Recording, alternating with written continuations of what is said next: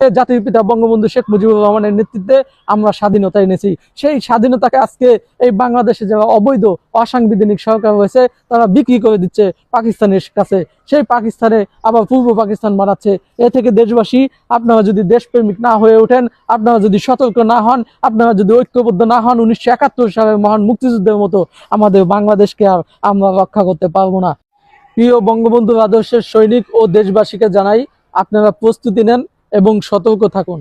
বাংলাদেশকে নিয়ে ব্যাপকভাবে ষড়যন্ত্র চালাচ্ছে পাকিস্তান।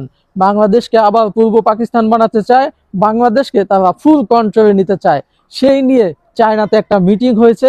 সেই মিটিং সম্পর্কে আজকে আলোচনা করব। আমি শেখ বায়েজিদ আহমেদ, বঙ্গবন্ধুর সৈনিক, শেখ হাসিনার কর্মী এবং বাংলাদেশ রক্ষার একজন কাণ্ডারি। আপনাদেরকে প্রথমে বলতে চাই যে চায়নাতে আজকে পাকিস্তান এবং আপনার চায়নার প্রতিনিধিরা মিটিং করেছে। এর ভিতরে বাংলাদেশের প্রতিনিধিও ছিল, কিন্তু তাদের নাম আসে নাই। এই ত্রিদেশীয় প্রতিনিধিদের মিটিংয়ে তারা বাংলাদেশকে কিভাবে পাকিস্তান কন্ট্রোল করতে পারে এবং বাংলাদেশকে কিভাবে আবার পূর্ব পাকিস্তান করতে পারে সেই নিয়ে ব্যাপকভাবে ষড়যন্ত্রের ছক এঁকেছে। সেই ছকে বাংলাদেশকে আবার পূর্ব পাকিস্তান বানাতে চায়। এখন বিষয়টা হচ্ছে যে আপনারা জানেন 1971 সালে জাতির পিতা বঙ্গবন্ধু শেখ মুজিবুর রহমানের নেতৃত্বে বাংলাদেশ স্বাধীন হয়েছিল। 30 লক্ষ মুক্তিযোদ্ধারা শহীদ হয়েছিলেন, 2 লক্ষ মা বোন ইজ্জত সংগ্রাম দিয়েছিলেন শুধু এই বাংলাদেশকে রক্ষা করার জন্য। সেই বাংলাদেশকে আজকে আবার পাকিস্তানিরা নিয়ে যেতে চাচ্ছে।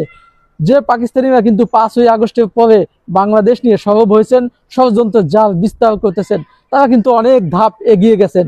যেমন বাংলাদেশে মৌলবাদ, জঙ্গিবাদ এবং বাংলাদেশ বিরোধী, স্বাধীনতা বিরোধী এই শক্তিকে বাংলাদেশের সরকারে প্রতিষ্ঠিত করতে পারে এবং শেখ হাসিনা দেশ ত্যাগ করার পর থেকেই এই ষড়যন্ত্র আরো বিস্তার পেয়েছে এবং অনেকটা এগিয়ে গেছে পূর্ব পাকিস্তান বানানোর জন্য।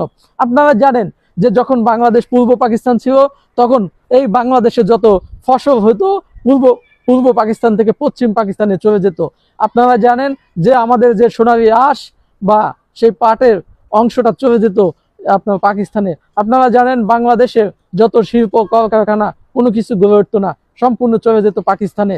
অর্থাৎ বাংলাদেশের আয়, বাংলাদেশের উৎপাদন, বাংলাদেশের সবকিছুই চলে যেত হচ্ছে আপনার পাকিস্তানে। তারা সুবিধা ভোগ করতো, তারা দিন দিন ফুলে ফেপে উঠতো, তারা হচ্ছে কোটিপতি হতো, বড়লোক হতো এবং ধনী হতো। আর পূর্ব পাকিস্তানের উপর চালাতো নির্যাতন, নিপীড়ন, ক্ষুধার জ্বালায় মারা যেত পূর্ব পাকিস্তানের লোক। সেই লাঞ্ছনা বঞ্চনা থেকে জাতির পিতা বঙ্গবন্ধু শেখ মুজিবুর রহমানের নেতৃত্বে আমরা স্বাধীনতা এনেছি। সেই স্বাধীনতাকে আজকে এই বাংলাদেশে যারা অবৈধ অসাংবিধানিক সরকার হয়েছে তারা বিক্রি করে দিচ্ছে পাকিস্তানের কাছে। সেই পাকিস্তানে আবার পূর্ব পাকিস্তান বানাচ্ছে। এ থেকে দেশবাসী, আপনারা যদি দেশপ্রেমিক না হয়ে ওঠেন, আপনারা যদি সতর্ক না হন, আপনারা যদি ঐক্যবদ্ধ না হন, 1971 সালের মহান মুক্তিযুদ্ধের মতো আমাদের বাংলাদেশকে আর আমরা রক্ষা করতে পারবো না। তাই এখনই জননেত্রী দেশরত্ন শেখ হাসিনার নেতৃত্বে, বাংলাদেশ আওয়ামী লীগের নেতৃত্বে আপনাদের সারা বাংলাদেশের প্রতিটা ওয়ার্ডে, থানায়, জেলায়, মহানগরে ঐক্যবদ্ধ হতে হবে, সতর্ক হতে হবে এবং দেশের স্বাধীনতা রক্ষা করতে হবে। স্বাধীনতা বঙ্গবন্ধু দিয়ে গেছেন, রক্ষা করার দায়িত্ব আপনার এবং আমাদের। তাই এই দেশকে রক্ষা করার প্রতিজ্ঞায় যেহেতু নেমেছি, আপনাদের নিয়ে ঐক্যবদ্ধ হয়ে এই বাংলাদেশকে, এই দখলদার মুক্ত যারা পাকিস্তানি দোষর রয়েছে তাদের হাত থেকে বাংলাদেশকে রক্ষা করে আমরা বাংলাদেশের মানচিত্র রক্ষা করব। এটাই হোক আমাদের প্রতিজ্ঞা। সবাই ভালো থাকেন, সুস্থ থাকেন। জয় বাংলা, জয় বঙ্গবন্ধু।